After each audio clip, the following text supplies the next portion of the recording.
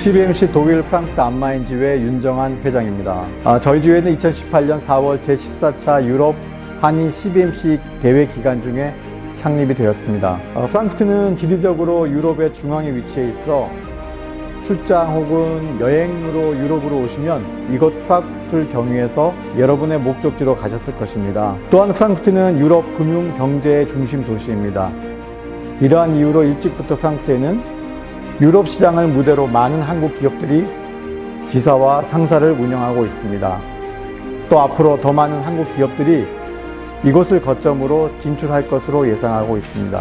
저희 회원들을 소개해드리면은 주재원으로 근무하셨던 분들이 이곳에 정착하셔서 자신들의 경험과 다져온 네트워크를 통해 기업을 운영하시는 분들과 유학생으로 오셔서 자신들의 전공을 살려 전문적으로 일하시는 분들, 또 어릴 적 부모님을 따라 독일로 이주해서 이제는 메인스트림으로 IT 분야와 공인회계사와 같은 전문직 일터를 운영하는 회원들로 구성이 되어 있습니다. 하나님의 사역은 교회 안에 울타리에서만 이루어지는 거라고 생각하고 제가 속한 일터에서는 아무 별개라고 생각을 해왔었습니다.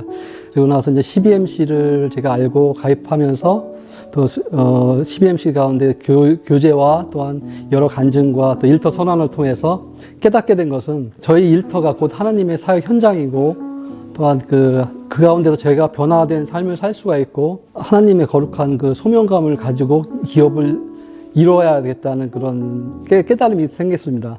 그러게 예전에는 사업을 할 때 결과와 어떤 성적, 그 실적에 우선시 생각을 했었는데 전 과정도 돌아보고 그 과정 가운데에서 하나님이 합당한 일인지도 살펴보게 됐고 또 윤리적인 또 일인지 살펴보게 되는 그런 계기가 됐습니다. 앞으로 이 CBMC 공동체를 통해서 앞으로 이제 소망은 우리가 가지고 있는 변화된 그 일의 가치, 일의 그 가치를 서로 공유하고 그 공유하면서 서로 연대하면서 그 가운데서 저희가 그 하나님이 주신 그 사랑을 실천하고 또 선교적인 그 사명을 감당할 수 있는 그런 기업을 만들어 가야 되겠다는 그런 어떤 소망과 그 계획을 갖게 되었습니다. 제가 생각하는 일터로서 또 CBMC에서 생각을 하는 것은 일터에서 많이 마음이 몰입되고 스트레스 받는 것을 교회에서 풀고 다시 일터 와가지고 그것들이 반복되고 이런 것이 아니라 우리가 신앙적으로 기업을 잘 운영하고 또한 그런 것들이 교회에도 피드백되고 또한 교회에서 받은 은혜를 또 일터에서 피드백하는 그런 양방향의 그런 선순환적인 네트워크를 우리가 해나가는 것이 가장 좋은 비전이고 우리 해야 될 일이 아니겠나 이런 생각을 하고요. 결국에 일터든 교회든 은혜를 받는 것이 가장 먼저다. 그래서 그것들을 흘려보내는 것이 우리의 역할이 아니겠나라는 생각을 합니다. 그것이 킹덤 컴퍼니가 아닌가. 일단 CBMC를 알기 전에 또 활동 초기만 해도 사회생활하고 신앙생활하고의 연결이 조금 애를 많이 먹었습니다. 근데 이제 활동을 하면서 회원님들이나 또 선배님들의 또 살아있는 간증을 듣다 보면서 그런 부분에서 많이 좀 깨어났고요.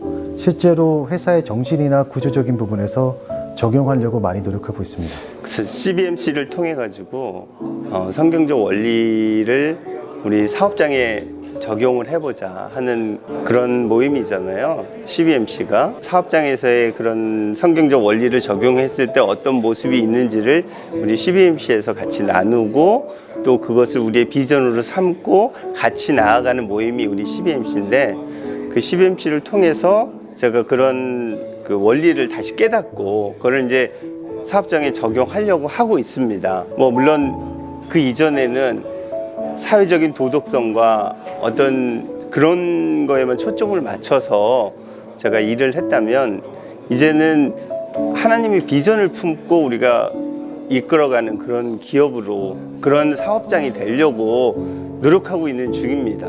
단순히 사회적 도덕성을 넘어서는 그런 사업장이 됐으면 좋겠다 생각하고, 그런 사업장을 꿈꾸며 그런 사업장을 이루어 나가려고 하고 있습니다. 이 CBMC를 통해서 그런 것들을 더 같이 공유하고 또 나누고 발전시키는 그런 모임이라고 생각하고요. 또 같이 하는 우리 CBMC 회원들, 그런 거에 좀 감사하고 있습니다. 어느 일을 하든지 비전과 목적이 중요하다고 생각하는데요. CBMC를 통해서 우리한테 허락하신 일터를 하나님의 비전과 맞추고 또 이에 합당하게 일터를 경영하는 것에 대해서 깨닫고 또 그를 실천하는 그런 일터가 되고자 합니다. 근데 이제 CBMC 모임을 통해서 사실은 세상 가운데 우리가 많이 힘들고 지쳐 있는 가운데 믿음의 도전을 받는 믿음의 우리 형제들을 또 자매들을 만날 때 많은 그 믿음의 본인이 되고, 그 가운데서도 어떻게 기업을 일구었는지, 그 가운데 어떤 크리스찬 백그라운드로 신앙을 통해서 그 기업의 변화가 있는지를 보면서 상당히 놀라움이 많이 일어나고요. 처음 사업을 시작했을 때의 저의 삶의 목적은 오직 돈이었습니다. 그런데 이제 CBMC를 섬기면서 기업을 성장시켜 하나님의 일에 쓰임받는 크리스천 기업이 되야겠다는 소망을 가지게 되었습니다. 또 하나님이 나에게 주신 이 기업을 통해 복음을 널리 알리고 지역사회를 섬기는 데 사용되어질 수 있는 기업으로 만들어 가겠습니다. 사업을 시작하고 나서 나중에 하나님을 만난 경우에요. 그런데 이제 사업을 시작하면서 왜 돈을 벌어야 되는가에 대한 조금 퀘스천 마크라고, 그렇게 그게 항상 제 마음속에 있었어요. 근데 제가 이제 하나님을 만나고 나서 선교 여행을 가서, 그때 이제 제가 왜 돈을 벌어야 되는가에 대한 소명, 하나님께 또 서원을 했기 때문에 회사의 운영을 이제 그런 선교에 쓰임을 받겠다고 하나님께 결단을 하고, 그리고 이제 회사를 운영하고 있고요. 그래서 그 덕분인지 이제 저는 이제 하나님께서 저를 도와주시고 인도해 주셔서 지금 사업을 이제 이루고 있다고 생각하고, 그렇게 이제 하나님께 서원했던 것을 보다 더 크게 이룰 수 있게, 성취할 수 있게 인도해 주셨고, 이제 CBMC를 하면서는 목표가 이제 선교적 사명을 추구하는 기업이기 때문에 실제로 비즈니스를 하는 사람들도 하나님을 믿지 않고 비즈니스 하는 사람들도 많고, 그 사람들을 우리 CBMC 회원으로 영입을 해서 그분들에게 복음의 가치를 전하고 또 하나님의 도우심으로 인도하는 기업의 가치와 소명을 알려주는 게 참 좋다고 생각해서 저는 이제 CBMC에 또 들어왔고, 또 기업을 그렇게 계속 운영을 하려고 하고 있습니다. 하나님이 주신 그런 사명을, 그렇게 성경적인 가치를 저희가 공유하고, 그 가치 가운데서 저희가 그 기업을 이루어 나가는 것이거든요. 그래서 그런 것을 새로 가입하시는 분들에게 같이 나누고 했으면 좋겠습니다. 그래서 그분들에게 말씀드리고 싶은데, 이 CBMC를 가입하면은 그 사업장이 변화되고 예전과 다른 변화된 삶과 또한 예전에 없었던 그런 소명감, 일에 대한 소명감을 갖고 변화된 삶을 살 수 있겠다는 것을 알려드리고 싶고요. 그분들의 삶이 앞으로 풍성하고 열매 맺는 삶이 될 수 있을 거라고 확신합니다. 예, 항상 여기에 나오면서 모임에 나와가지고 다른 CBMC 회원들의 간증을 듣고, 그리고 똑같은 문제점에 대해서 어떻게 성경적인 가치관을 운영하는 그런 간증과 체험담을 들으면서 저도 수시로 이제 다시 동기부여가 되고, 왜냐하면은 나가다 보면은 계속 그런 제안이 들어오니까 흔들릴 수가 있는데, 저의 마음이 흔들리지 않고 계속 굳게 가는 거에 큰 도움이 되고 있습니다. 이게. 누구나 자기의 일을 가질 수 있고 또 누구나 자기의 일터를 가질 수 있다고 생각합니다. 하지만 그 일이 하나님의 일과 연관될 때, 또 그 일에 합당하게 쓰여질 때 그 일터가 더욱 빛나고 또 사회의 소금처럼 쓰여질 것을 확신합니다. CBMC에 여러분들을 초대하고 환영합니다. 먼 타국 땅에 나오셔서 사업을 해나가시고 기업을 이끌어나가시는 많은 분들이 계신데 사업을 해나가면서 많은 질문들도 있으시고 고민들도 있으실 거예요. 오세요. 여기에는 충분하게 많은 경험들을 가지고 계신 분들도 많으시고 또 어려움을 같이 나누면서 같이 기도해 주실 분들, 같이 중보해 주실 분들, 또 네트워크를 찾아주실 분들, 이런 분들 굉장히 많으시거든요. 예, 마음 편하게 가지시고 오셔서 같이 교제하시면서 조금씩 알아가시면 아마 우리 삶에 또 다른 행복과 또 다른 보람과 또 다른 가치가 있다는 걸 알게 되시지 않을까 싶습니다. CBMC는 이제 기독 실업인들의 인생의 방향대 같은 존재라고 말씀드릴 수 있을 것 같습니다. 말씀을 기준으로 해서 방향대를 같이 세워서 함께 할 수 있는 기회가 있기를 바랍니다. 크리스천 기업인들이 이 CBMC에 같이 모여서 하나님의 은혜를 같이 나눌 수 있는 그런 시간이 됐으면 좋겠고, 또 그러므로 제가 이 CBMC를 우리 크리스천 기업인들에게 추천하고 싶습니다. 더 정말 하나님의 은혜를 받아서 좋은 사업장으로, 또 빛나는 사업장으로, 또 소금과 같은 빛과 같은 역할을 하는 그런 사업장이 됐으면 좋겠습니다. 기업을 운영을 하다 보면 자기의 생각과 지식과 경험과 그걸 바탕으로 기업을 운영을 하려다 보면 많이 힘들고 어렵고 또 지치기도 하고 또 그 안에서 일어나는 일들에 대한 회의를 느끼겠지만은 하나님이 함께 하시고 우리 하나님은 전지전능하시고 무소부재하시고 우리의 모든 것을 창조하신 분이 우리를 도와주시고 우리와 함께 하시면은 우리가 세상의 기업을 운영하면서 정말로 마음 평안하게 할 수 있으니까 꼭 CBMC에 참여해가지고 같이 했으면 좋겠다고 전하고 싶습니다. 한 달에 2번씩이지만은 이 소중한 시간을 이렇게 모여서 하나님의 말씀을 나누고 간증하고 서로 믿음의 교제를 나눌 때 정말 우리 마음이 다시 한번 하나님께 가까이 갈 수가 있고 그 가까이 감을 통해서 우리 기업을 어떻게 하나님 말씀에 따라서 운영해야 될지를 다시 한번 느끼게 될 귀한 시간이기 때문에 사실 CBMC 모임은 세상 가운데 기업인들한테 반드시 필요한 그런 모임이라 생각을 합니다. 저도 이제 오랫동안 독일에서 근무를 했고 이제 다시 독일에서 근무를 하게 되는 기회를 하나님께 주셔서 감사한데, 사실 이 CBMC 모임을 통해서 제가 독일에 와서 가장 처음 시작했던 공식적인 모임이 CBMC 모임이었습니다. 이것도 다 하나님의 인도하심이라고 느끼는데, 여기서 만났던 우리 회장님을 비롯한 CBMC 위원들 한 분 한 분이 저한테 너무 많은 도움을 주시더라고요. 물론 비즈니스를 셋업하는 데 도움을 주시기도 하지만 신앙적으로도 기업인으로서 어떻게 살아야 될지, 또 주전으로서 어떤 삶의 자세로 일을 해야 될지를 많이 본을 보여주시고 가르쳐 주시기 때문에 저는 CBMC 모임이 엄청나게 소중하다고 생각을 하고요.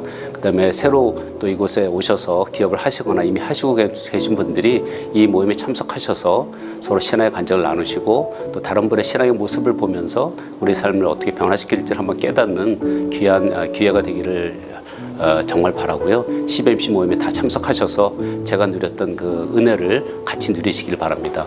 네, 기업을 운영하다 보면은 초점이 흔들리면 안 되고 그 확고한 믿음과 그 토대로 나가야 되는데, 그러기 위해서는 이 CBMC처럼 매 격주로 모여가지고 항상 서로 간의 가치관을 다시 한번 확인하고 서로 나눔하는 이런 장소가 매우 중요합니다. 그래서 서로 도움이 되면서 확고한 믿음으로 계속 기업을 할 수 있는 그런 아주 좋은 만남이 될 수 있습니다. 솔직히 그 교회 공동체에서 우리가 속해져 있지만은 또 이런 그리스도를 믿는 사업하시는 분들끼리 같이 모임을 가질 수 있다는 게 되게 유익한 것 같습니다. 그리고 또 그 안에서 같이 믿음 생활도 같이 하고 또 같은 곳을 바라보면서 같이 걸어갈 수 있는 것들이 하나님의 큰 은혜인 것 같습니다. CBMC를 모르는 크리스찬 분들께 많은 유익이 있으니 함께 하실 것을 추천드립니다. 아마 세상에 많은 크리스찬들이 있을 거예요. 또한 많은 크리스찬 기업인들이 있을 텐데 그 마음의 중심이 뿌리를 어디다 내리고 있느냐가 굉장히 중요하다고 생각을 합니다. 그 뿌리가 좋은 토양에 있는 것과 우리 씨 뿌리는 자의 비유도 있지만 어느 곳에 뿌리를 내리고 있느냐에 따라서 그 열매가 달라지고 색깔도 달라지고 시즌도 달라질 것입니다. 그래서 제가 생각할 때 우리 마음을 어디다가 그 뿌리를 내리는지 그게 가장 좋은 또 토양 중에 하나가 우리 또 CBMC가 될 것 같고 거기 안에서 많은 모티베이션들과 서로 도전하는 가운데 우리가 하나님의 기업들을 만들어 나가는 그런 좋은 토양분이 될 거라고 생각을 합니다. 그래서 우리 프랑크푸르트 지회에 또 CBMC 오시면 그런 것들이 많이 도전이 되고 오시는 분들의 기업에 또 많은 피드백이 가는 또 좋은 기회가 될 거라고 생각을 합니다. 저희 CBMC에 여러분들을 초대합니다. 저희 CBMC는 월 2회 조참 모임을 통해 하나님이 허락하신 기업과 일터를 통해 하나님이 진정한 주인이 되신 킹덤 컴퍼니를 함께 기도하고 비전을 공유하며 열매를 나누는 간증하는 시간을 갖고 있습니다. 유럽의 디아스포라로 선교의 사명을 이루어 가는데 우리의 기업과 일터가 쓰임을 받고 한인 디아스포라를 후원하고 차세대를 세우는 데 목적을 두고 지회를 운영하고 있습니다. 하나님의 꿈을 이루어가는 독일 프랑크푸르트 안마인 지회를 위해 기도하고 기억해 주시면 감사하겠습니다.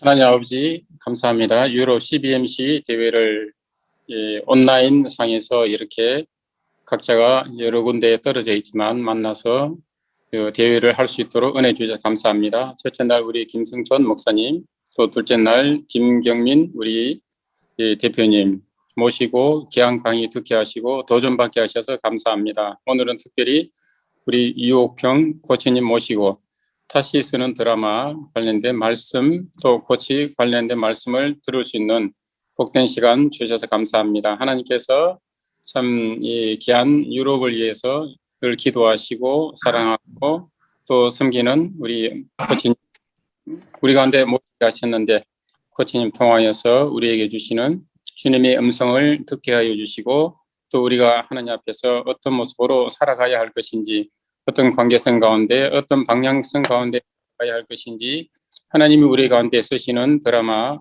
스토리를 기억하며 또 이 스토리를 만들어가는 또 이것을 간증하는 복된 우리 CBMC 회원들 다 될 수 있도록 주님 축복하여 주옵소서.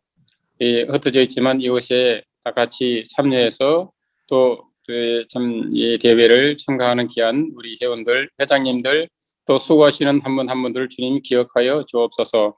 손명길 회장님과 임원단들 또 여러 곳에서 알게 모르게 섬기는 분들 하나님 수고를 기억하시고 축복하시고 또 섬기는 사업장과 섬기는 교회와 또 섬기는 가정 가운데 주님이 축복하시고 넘치도록 인도하여 주시기를 원합니다. 오늘 참 우리가 참 이 대회를 참 진행하는 이 저녁에도 성령 하나님 우리 가운데 충만하시고 참 한 분 한 분들에게 성령님께서 감동 주시고 주님이 주시는 음성을 듣게 하시고 또 결단하는 복된 일들이 일어나게 하여 주옵소서. 이를 기초해서 참 유럽 각 지부가 또 부흥하고 또 새롭게 경고가 있어서 참 일터해 주시는 하나님의 사명의 음성을 듣게 하시고 복음 전하는 유럽 CBMC 회원들 다 될 수 있도록 주님 축복하여 주옵소서.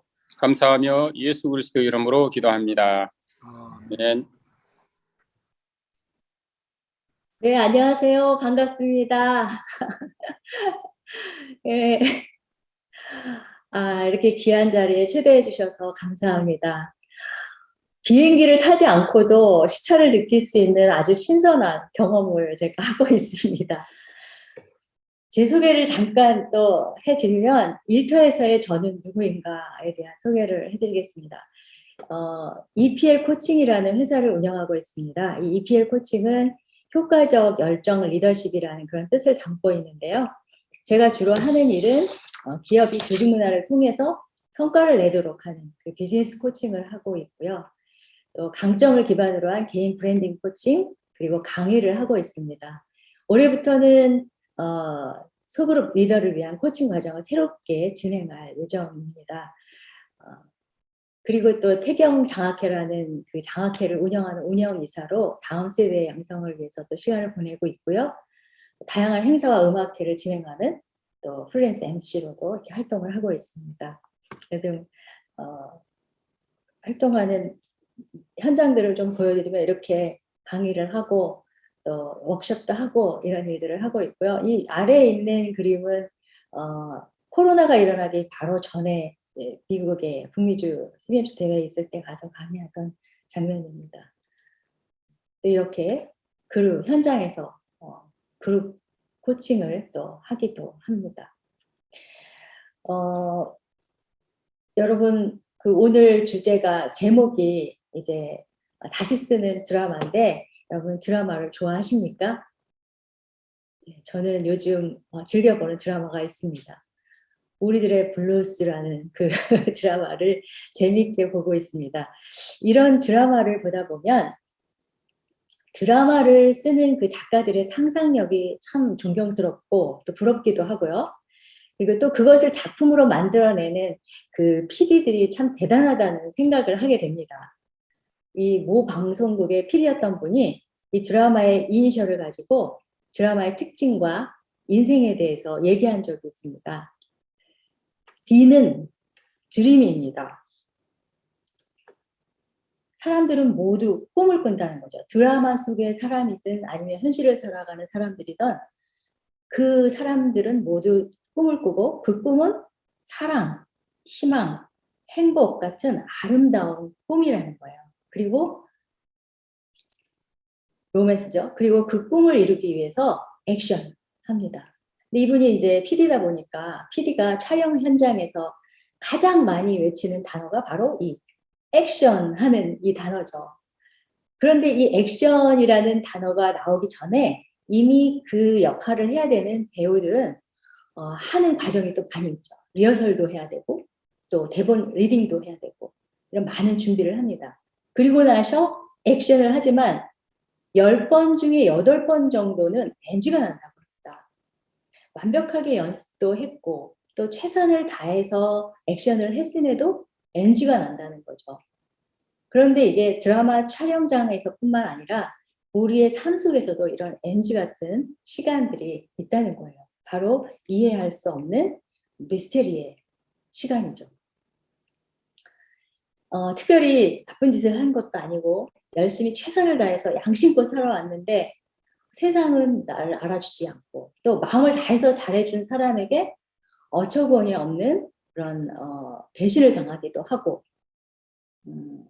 또 예상치 못한 복병을 만나서 계획했던 일이 다 무너지기도 하고 이런 미스테리의 시간이 드라마나 인생에 꼭 빠지지 않고 있다는 겁니다. 그런데 이 미스테리를 어떻게 헤쳐나가고 어떻게 도전하는지 하는 것이 그 드라마의 작품성을 좌우하듯이 우리가 살면서 예상치 못하게 맞이하는 이 미스테리의 시간을 어떻게 보내는가 하는 것이 그 다음 우리 삶의 작품성을 예측해 볼 수 있는 그런 청사진이라고 생각을 합니다. 그래서 제 드라마의 미스테리 시간도 찾아왔습니다. 2010년에 아주 크게 그 미스테리 시간이 찾아왔습니다.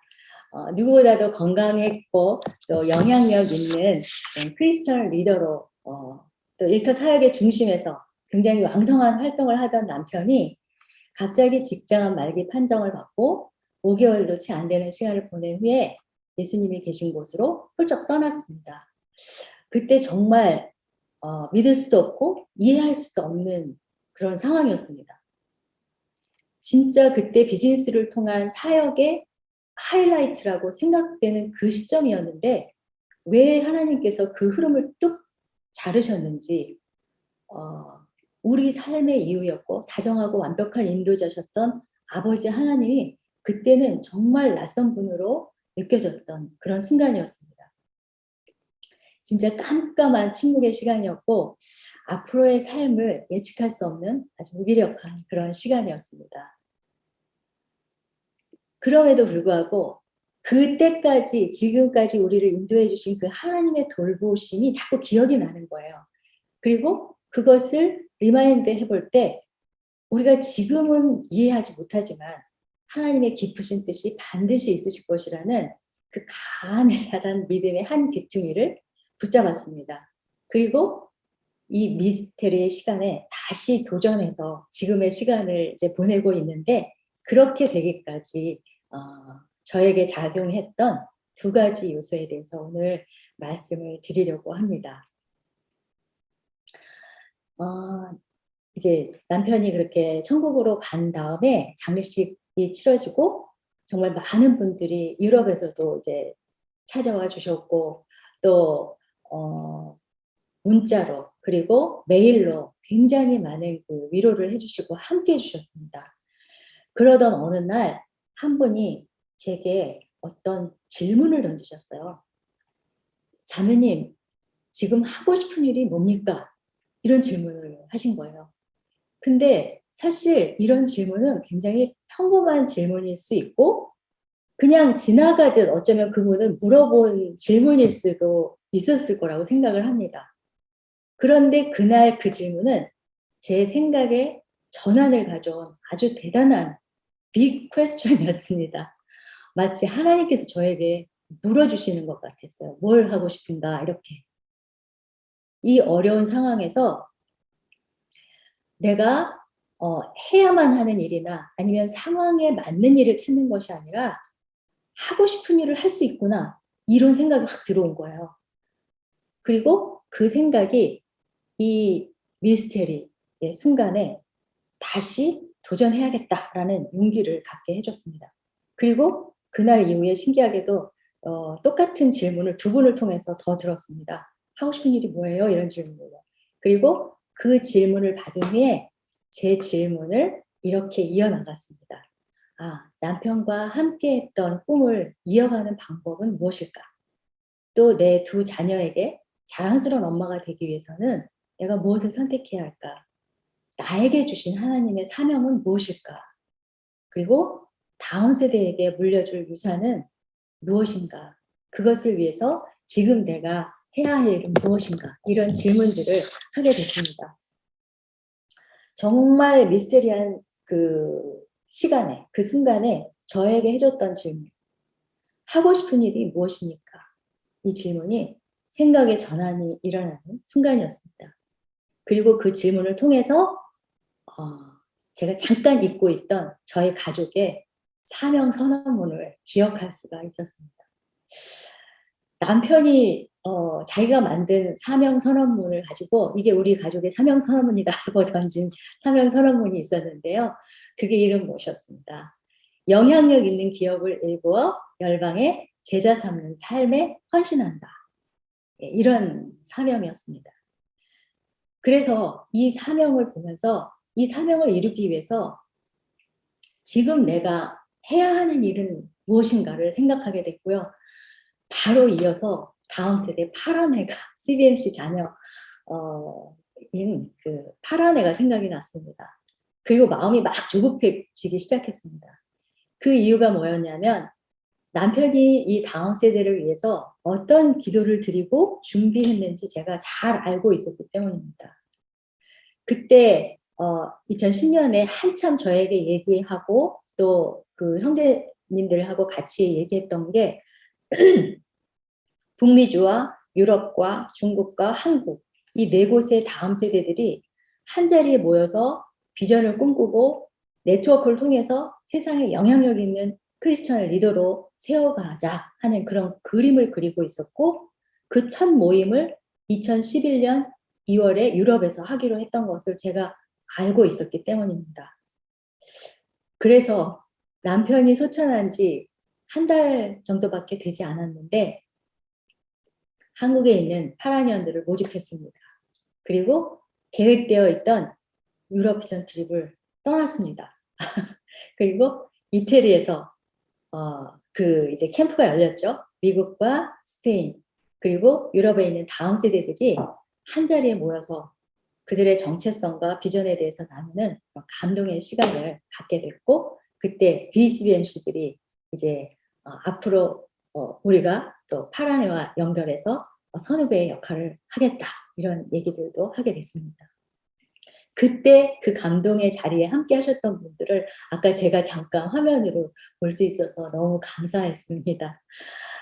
문관수 목사님과 김정미 사모님의 섬김을 잊을 수가 없습니다. 이태리에서뿐만 아니라 한국에서 파란 여름 만남이 있을 때마다 물심양면으로 함께 해주신 저의 동지이십니다. 그리고 손병길 회장님이 남편과 이 다음 세대를 위한 꿈을 이야기하실 때의 모습을 제가 잘 기억을 합니다. 그 꿈이 유럽의 다음 세대들을 세우고 미래를 이어가게 하는, 다시 재건하는 그런 기회가 이번 대회를 통해서 또 하나님이 계획하시는 것이라고 저는 믿고 있습니다. 자, 그 후로 이제 이 한국에 돌아왔을 때, 이게 이제 저희 여름 만남 파란에 할 때 마지막 날 세족식을 끝내고 이렇게 다 축복하면서 이렇게 하는 그런 장면인데, 우리 문광순 목사님께서 오셔서 인도도 해주시고 축복 기도도 해주시고 그렇게 해주셨습니다. 그 이태리에서의 그 캠프가 끝나고 한국에 돌아와서 이제 이 파란 회를 2주에 한 번씩 정기 모임으로 아이들에게 말씀을 또 전하고, 그리고 함께 그 삶을 나누는 그런 시간을 정기적으로 가졌고요. 또 CBMC 한국 대회 때마다 파란의 여름 만남을 통해서 세계 각국에서 온 파란이언들, 그리고 한국의 여러 지역에서 온 학생들이 하나님 말씀 안에서 그들의 꿈과 비전을 나누는 그런 뜨거운 시간을 가졌습니다. 아마 이 자리에 참석했던 우리 그 CBMC도 있을 거라고 예, 아까 봤습니다. 그리고 그분이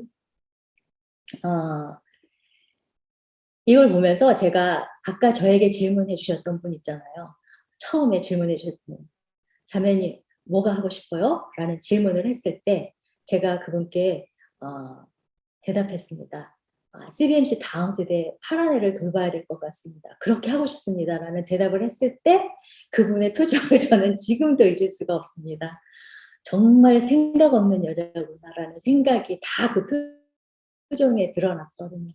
왜냐하면 그때 남편이 소천한 지 한 달밖에 되지 않았고, 무엇이 하고 싶냐는 그 질문의 의도는 앞으로 뭘 해서 살아갈 거냐라는 그 질문이었습니다. 그걸 저도 알고 있었거든요. 근데 전혀 엉뚱한 대답이었으니까 그분의 그 표정이 그렇게 바뀐 것도 이상한 일이 아닙니다. 하지만 그분은 내가 파란 애를 위해서 기꺼이 돕겠습니다라고 얘기를 했고, 파란 애를 운영하기 위한 실질적인 필요를 아주 넉넉하게 채워주셨습니다. 제게 던져진 질문 하나가 사명으로 향하는 많은 질문들을 낳았고, 영향력 있는 기업을 일구어서 열방에 제자 삼는 삶을 산다라는 사명으로 그 초점을 맞추게 했습니다. 제 삶 속에 가장 깊은 그 미스테리의 시간에 다시 도전할 수 있었던 첫 번째 요소는 바로 우리 가족이 함께 하나님 앞에서 약속하고 받았던 그 사명이었습니다. 두 번째 요소를 말씀드리기 전에 재미있는 이야기 하나 여러분께 소개해 드릴게요. 혹시 이 자리에 계신 분들 중에서 어느 날 갑자기 아내가 친정으로 떠나면 어떤 느낌이 드실 것 같으세요? 우리 남편분들은 지금 마이크 다 음소거를 하셔가지고 대답을 못 하실 것 같아서, 아마 이런 질문을 제가 드리면 세대별로 조금 차이가 있더라고요.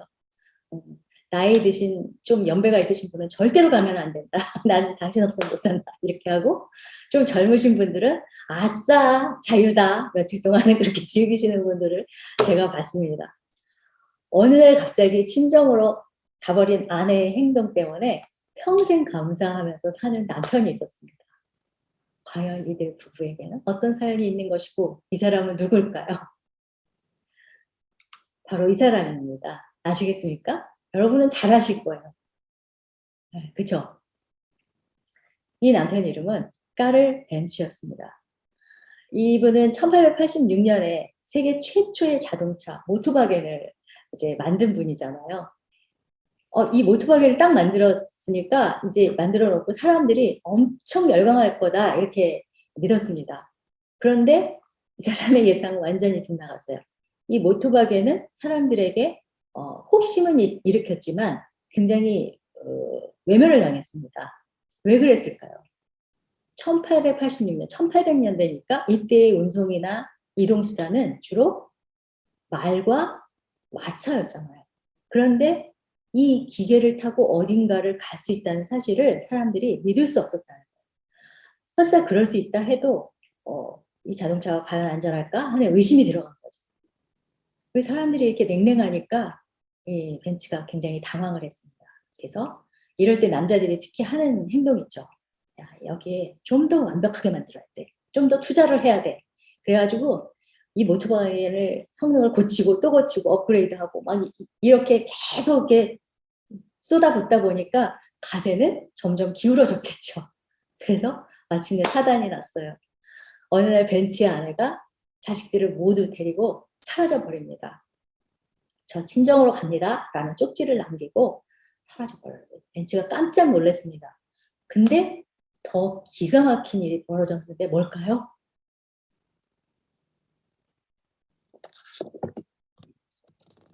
네, 이 정답을 맞추시는 분께는 우리 손 회장님께서 커피를 한 잔 쏘셔도 괜찮을 것 같습니다. 괜히 저 혼자 막 얘기하는 것 같아서 네, 아무도 정답을 모르시는 관계로 제가 말씀을 드리죠. 이 아내가 이 모토바겐을 끌고 친정으로 간 거예요. 친정까지의 거리가 무려 100km가 넘었다고 합니다. 그 당시에 도로가 포장됐을 리가 없죠. 굉장히 울퉁불퉁한 그 먼 거리를 여자의 몸으로 사람들이 믿지 못하는 이 기계에 자기의 자녀들, 두 아들이 있었다고 하는데 그 아들들까지 태우고 간다는 것이 굉장한 모험이었겠죠. 그러면 왜 이 벤츠의 아내는 이런 무모한 일을 벌인 것일까? 이런 질문을 하면 또 어떤 분들은 그러더라고요. 남편이 꼴 보기 싫어서 계속 가세를 위태롭게 하니까. 근데 이 아내는 누구보다도 이 남편을 가까운 곳에서 지켜봤잖아요. 그 남편이 이 몰트바겐을 어떤 과정을 통해서 어떻게 만들었는지, 또 이 여성이 사실은 그 이과였나 봐요. 그래서 이 자동차에 대한 상당한 지식을 갖고 있다고 하더라고요. 나중에 제가 자료를 찾아보니까. 그러니까 이 남편이 얼마나 이 몰토바겐을 잘 만들었는지에 대한 그 믿음이 있었던 거예요. 그리고 만약에 자신이 이 도전에 성공하게 되면 다른 사람들도 이 몰토바겐의 가치를 알아줄 것이다 라고 생각을 한 거죠. 그래서 이제 여행을 떠나면서 그러나 그 가는 길이 결코 쉽지는 않았겠죠. 운전할 줄 알았지만 장거리를 가면서 예상치 못한 여러 문제에 부딪힙니다. 그래서 냉각수가 떨어져서 시냇물을 떠다 붓기도 하고, 또 연료가 떨어졌을 때는 약국에서 휘발유를 사다 넣기도 하고, 그래서 지금 이분이 그 휘발유를 샀던 약국이 관광지로 아마 아시는 분 계실 것 같아요. 예. 굉장히 사람들이 방문하는 그 장소가 되기도 했다는데요. 이런 고생 끝에 무사히 친정에 이 아내가 도착을 했습니다. 마을에서 난리가 났겠죠. 그리고 그 벤츠의 아내가 벌인 역사상 최초의 자동차 여행은 순식간에 바이럴 마케팅, 화제가 됐습니다. 그리고 이 사건이 알려지면서 이 남편인 벤츠는 온 세상이 자동차라는 그런 물건을 받아들이게 만든 장본인이 됐고요. 오늘날까지도 여러분들이 많이 타고 다니시는 메르세데스 벤츠를 창립한 장본인이 되게 됐습니다. 이 시간이 많이 지난 다음에 이 카를 벤츠가 이렇게 고백을 했다고 해요. 내가 어둠의 나락을 향하고 있던 그 시기에 내 곁을 지켜주었던 유일한 사람은 아내였습니다. 나에게 새로운 희망을 준 것은 그녀의 용기였습니다. 이렇게 얘기를 했다고 합니다. 그러니까 이 아내의 어떤 확고한 믿음과 도움이 없었다면 어쩌면 그 오늘날의 위대한 발명품 자동차가 아마 어쩌면 역사 속에 존재하지 않았을 수도 있지 않았을까. 예, 뭐 다른 분이 하기는 했겠지만요.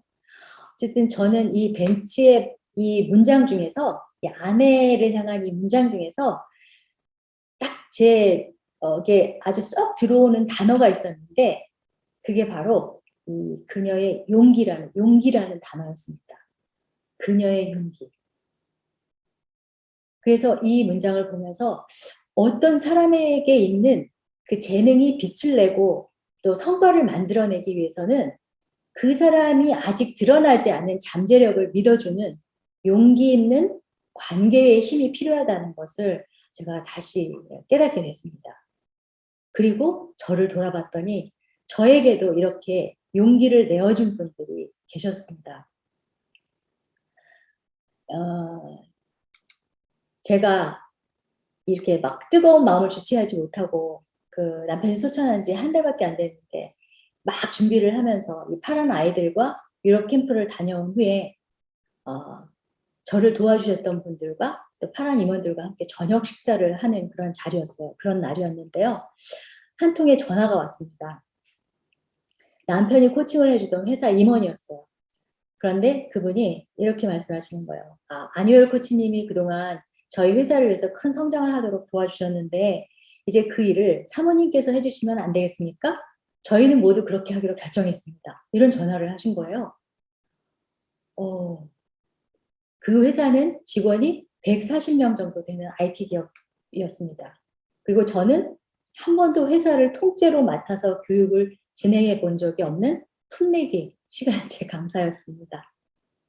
그런데 뭘 믿고 저에게 그런 제안을 해주셨는지는 모르지만 제가 어떻게 했을까요?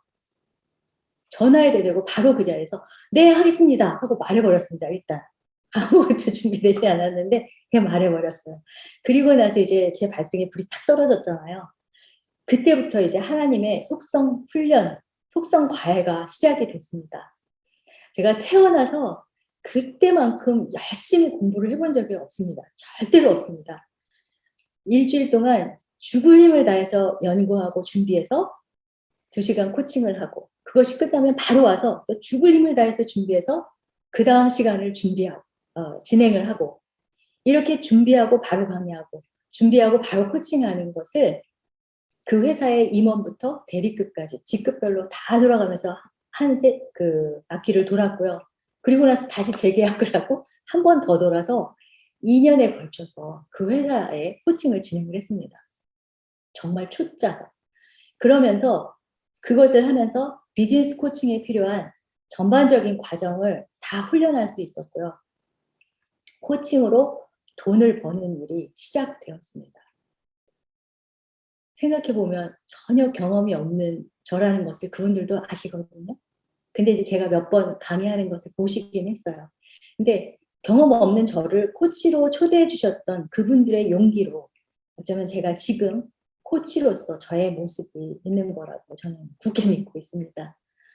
지금도 그때 대표님과 임원분들은 중요한 일이 있을 때 서로 왕래하면서 이렇게 지내는 좋은 관계로 함께하고 있습니다. 또 남편이 속해 있던 CBMC 분당 센트럴 지회에서 정말 저를 안 봐주시더라고요. 그 남편이 소천한 지 얼마 되지도 않았는데 한 달에 한 번씩 남편이 그곳에서 강의를 했었거든요. 그런데 그 자리를 제가 와서 대신 강의를 해줘야 된다 이렇게 요청을 하셨습니다. 그래서 제가 또 그것도 네 하겠습니다라는 대답을 시작으로 강의를 하기 시작했습니다. 그 지회에서는 저는 아니얼 코치의 돕는 배필의 위치로 있었던 사람이거든요. 그 지회 아니얼 회장의 돕는 배필이었던 저에게 그 귀한 아침 시간을 내서 오신 분들이 그 시간을 저에게 내주신 거예요. 그래서 저는 그분들의 용기라고 생각을 합니다. 그 시작을 계기로 지금도 성남 CBMC에서 11년이나 됐더라고요, 벌써. 매달 한 번씩 강의를 하고 있고요. 그 강의 덕분에 지금 150개가 넘는 새로운 강의안이 쌓였고 지금까지 계속 만들어지고 있습니다. 아직도 끝나지 않았기 때문에. 또 있습니다. 조찬기도회라서 새벽에 나가야 했는데 그때 저를 픽업해 주시기 위해서 이른 새벽에 저희 집 문 앞에 차를 대기하고 기다리던 자매가 있었습니다. 저도 차를 운전하면서 다니기 때문에 괜찮다고 하는데도 굳이 새벽에 저희 집 앞에 먼저 준비하고 와서 대기하고 있다가 제가 강의하는 장소까지 데려다주고 강의를 다 맨 뒷자리에서 들어주고 또 집에 올 때 집에까지 또 데리고 오는 그 자매가 왜 이렇게 그렇게 할까 싶었는데 그 자매의 마음을 제가 알았습니다. 새벽에 남편이 들던 커다란 노트북 가방을 들고 혼자 집을 나서면서 느끼게 될 저의 감정을 헤아려서 그렇게 고집스럽게 그 일을 해줬던 것 같습니다. 정말 귀한 저의 동역자고 친구로서 지금도 이렇게 함께 하고 있습니다. 다시 쓰는 드라마라는 제목으로 지금 말씀을 드리고 있는데요. 이 드라마에서 아름다운 꿈을 꾸었고 그리고 그 꿈을 위해서 열심히 살았고 그럼에도 불구하고 찾아왔던 미스테리의 시간은 꽤 저에게는 절박한 순간이었습니다. 경제적으로도. 제 두 자녀는 모두 대학생이었고 또 혼자 남겨주신 시어머님이 또 많이 편찮으신 가운데 계셨고 당장 수입이 없으면 아주 곤란한 상황이었습니다. 그런데 그 상황에서 엉뚱하게도 이런 질문이 제 마음에 들어왔습니다. 무엇이 하고 싶냐는 그 질문에 제가 사명에 대해서 생각을 하게 됐잖아요. 그런데 그 사명을 생각하면서 이 질문이 생각난 거예요. 만약에 내가 생존에 매달릴 필요가 없다면 나는 어떤 삶을 살까? 하나님은 내가 생존에 매달려서 매일매일 이렇게 애타게 살아가기를 원하실까? 하는 질문을 했습니다. 조금 엉뚱한 면이 그러고 보면 있는 것 같습니다. 근데 사실 이 생존하려는 생존 욕구는 굉장히 자연스러운 거죠. 우리가 의지적으로 할 수 없는 거잖아요. 자연스럽게 나오는 것입니다. 그리고 그 생존 욕구로 인해서 우리가 두려움을 갖게도 되잖아요.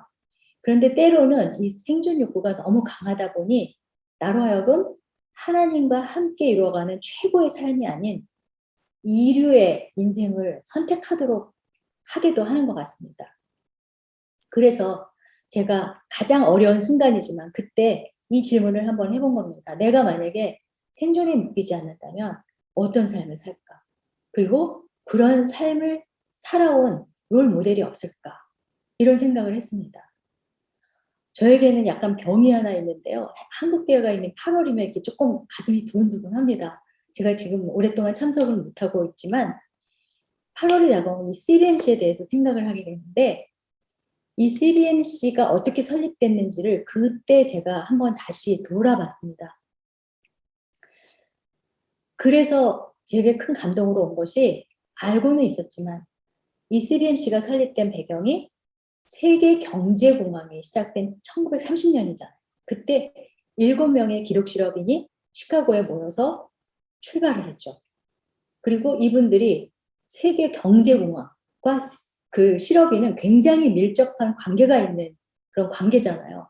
그런데 그분들이 이 경제공황 가운데도 우리의 비즈니스가 성과를 내고 잘 성장할 수 있기를 위해서 기도드린 것이 아니라 그들이 모인 목적이 지역 영적 부흥을 위한 전도 집회를 하셨다는 거에 제가 굉장한 특별한 감정을 갖게 됐습니다. 그 전도 집회를 했고 이 전도 집회가 끊이지 않고 계속되어서 결국은 세계적인 기독 실업인 모임으로 부흥을 하게 됐다는 거죠. 한국 CBMC 역시 6.25 전쟁 중인 1951년에 처음 소개가 됐고 그 모임이 시작됐는데 그 모임의 목적이 비즈니스를 통해서 복음을 전하는 것이었습니다. 비즈니스가 강조된 것이 아니라 그 뒤에 그걸 통해서 복음을 전하는 것이 목적이었다는 거죠. 그리고 크리스천 기업인들을 영적인 리더로 세우는 것이었습니다. 생존이 그 어느 때보다도 절박했던 시기입니다. 세계 경제공황이나 6.25 전쟁이나 그때 우리에게 주신 생업을 통해서 복음을 전하기 위한 활동을 했고 그 목적을 가진 사람들이 모이기 시작한 것입니다. 기업가로서 살아남는 것에 묶이지 않고 기업 생존의 목적에 초점을 맞췄기 때문에 이 CBMC는 큰 부흥을 맛보았다고 저는 생각을 합니다. 그리고 하나님께서 축복의 통로가 되도록 이끄셨다고 저는 생각을 합니다. CBMC가 생존에 묶이지 않는 삶을 통해서 선한 영향력과 부흥의 복이 무엇인지 보여준 그런 아주 훌륭한 저에게는 샘플이었습니다. 네, 롤 모델이었습니다. 혹시 지금 CBMC 안에 또 유럽 한인 CBMC 안에 영적 침체된 부분이 있다면 다시 그 CBMC의 초심, 본질을 회복할 때라고 생각을 합니다. 그리고 그 본질로 인해서 믿지 않는 세상 사람들에게 선한 영향력으로 작동하고 있는지 한번 돌아볼 때라고 생각을 합니다.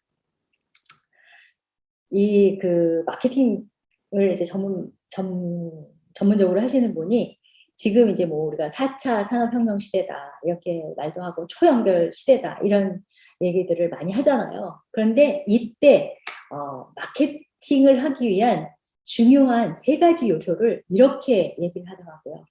안과 밖이 같은 나다움이 필요하다.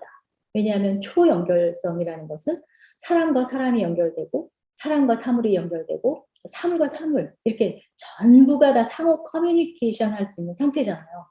그러다 보니까 정보도 많아지고 또 훌륭한 제품이 막 쏟아지는 때 고객들에게 가장 중요한 것이 이 진정성이라는 거예요. 그래서 이 브랜드의 진정성은 다시 말하면 안과 밖이 같은 나다움이다. 이렇게 설명을 하고 있습니다. 두 번째는 필요한 게 하나의 목적을 가진 커뮤니티가 필요하대요. 이 커뮤니티를 하나의 목적을 가진 커뮤니티를 만들기 위해서는 시간이 필요하고 거기에 참여가 필요하고 그 안에서 이루어지는 지속적인 이야깃거리가 필요하다는 거죠. 그 다음에 3번째 아주 중요한 것이 있는데 이것이 감동한 고객 한 명이라는 거예요. 초연결성의 시대에 세상을 움직이는 데는 딱 한 명의 감동한 고객이면 충분하다라는 얘기를 합니다. 여러분 이게 공감이 되시는가요? 저는 확 와서 닿습니다. 맞다 이런 생각이 들었어요.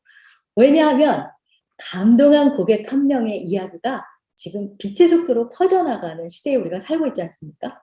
그래서 그 이야기가 커뮤니티에 활력을 불어넣고 또 그 마케팅의 효과를 극대화할 수 있다는 거죠.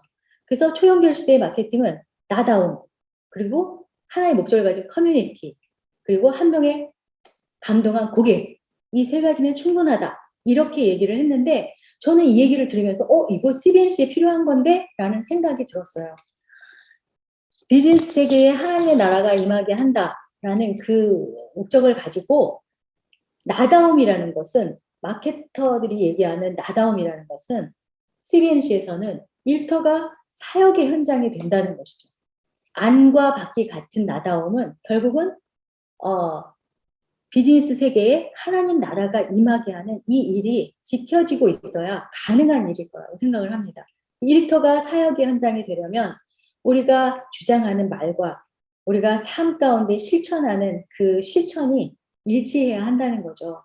제가 이제 그 기업 코칭을 하다 보니까 크리스찬 CEO들이 경영하는 그 회사에 가면 제가 굉장히 많이 긴장을 하게 됩니다. 왜냐하면 거기 성경 구절도 써 있고 그러는데 그분들 보면 되게 존경스러워요. 그 말씀을 그대로 그 삶에서 실천하셔야 되니까 그 힘든 부분이 얼마나 많이 있으시겠어요. 그러니까 그렇게 하는 나다움이 결국은 CBMC 브랜드를 만드는 것이라는 것을 제가 생각을 하게 됐습니다. 두 번째는 CBMC라는 커뮤니티를 이루는 공동체로서 우리가 만나는 시간, 그리고 참여하는 모든 행사나 교육, 그리고 이곳을 통해서 쌓여져 가는 스토리가 원래 CBMC의 본질, 비즈니스 세계에 하나님 나라가 임하게 한다는 그 목적을 제대로 이루어가고 있는지를 점검해 봐야 된다는 것이고요. 3번째, 우리가 일하는 그 일터에서 그리고 CBMC라는 공동체에서 정말 감동한 한 명의 고객이 있는가 하는 것을 생각해 봐야 된다고 생각을 합니다. 이 정말로 감동한 한 명의 고객, 한 명의 회원이 또 다른 한 사람에게, 그리고 그 한 사람이 또 다른 한 명에게 전하지 않고는 견딜 수 없는 그런 마케팅이 일어나고 있는지 다시 돌아보고 그것을 적용해 보면 좋겠다라는 생각을 했습니다. CBNC는 정말 생존이 절박했던 그 미스테리의 시간에 우리 기업이 왜 생존해야 하는지 그 생존의 목적을 발견하고 복음을 위한 전도와 양육의 사명을 감당하는 롤 모델입니다.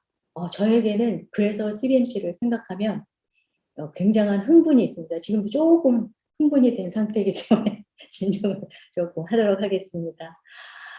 저희 가족 얘기를 하고 이야기를 이제 마무리하도록 하겠습니다.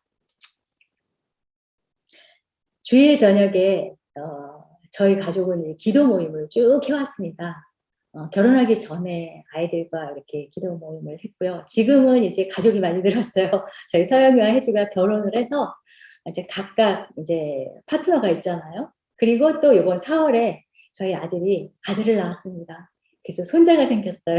그래서 식구가 이제 많이 이제 확장이 됐습니다. 그런데 저희가 모두 다른 업종의 비즈니스를 합니다. 저희 아들과 딸과 그리고 저 이렇게 다른 업종의 비즈니스를 합니다. 그래서 CBNC 기도 모임이라고 제가 그냥 명칭을 붙였어요. 그래서 그 자리에서 그 비즈니스에게 하나님의 나라가 임하게 해야 된다. 이런 얘기를 하면서 얘기를 나누고 또 기도 제목을 나누고 이렇게 하는데요. 저희 아들은 지금 이제 기획 디자인을 하는 회사를 운영합니다. 그리고 딸은 여러 경로를 통하다가 지금 현재는 이번 달부터 이너뷰티를 위한 제품을 유통하는 일을 새롭게 시작을 하고 있고요. 저는 이제 코칭과 강의를 하고 있고. 근데 저희 아들이 이 사업을 하게 됐던 그 계기가 좀 특별해서 여러분께 잠깐 소개를 해드릴게요. 저희 아들은 지금 비즈니스를 하면서 그 회사를 운영하는 목적이 건강한 청년 문화를 통해서 복음을 전하는 것이 이 친구의 회사 운영의 목적입니다. 회사를 창업하게 된 이유는 처음 갔던 그 IT 회사에서 굉장히 열심히 일을 했습니다. 그래서 많은 경험도 쌓고 그리고 실력을 인정받아서 또 다른 회사에 거의 스카우트 아주 좋은 조건으로 가게 됐어요. 근데 그 회사가 이제 그 소개팅 앱을 통해서 서로 데이트를 할 수 있게 해주는 소셜 데이팅 회사였습니다. 굉장히 좋은 조건으로 가게 됐고 또 저희 아들이 그곳에 가서 MAU라고 하죠. Monthly Active User. 그 지표가 확 상승하게 되는 아주 높은 성과를 내게 됐습니다. 회사에서도 아주 만족하는 그런 상황이 됐죠.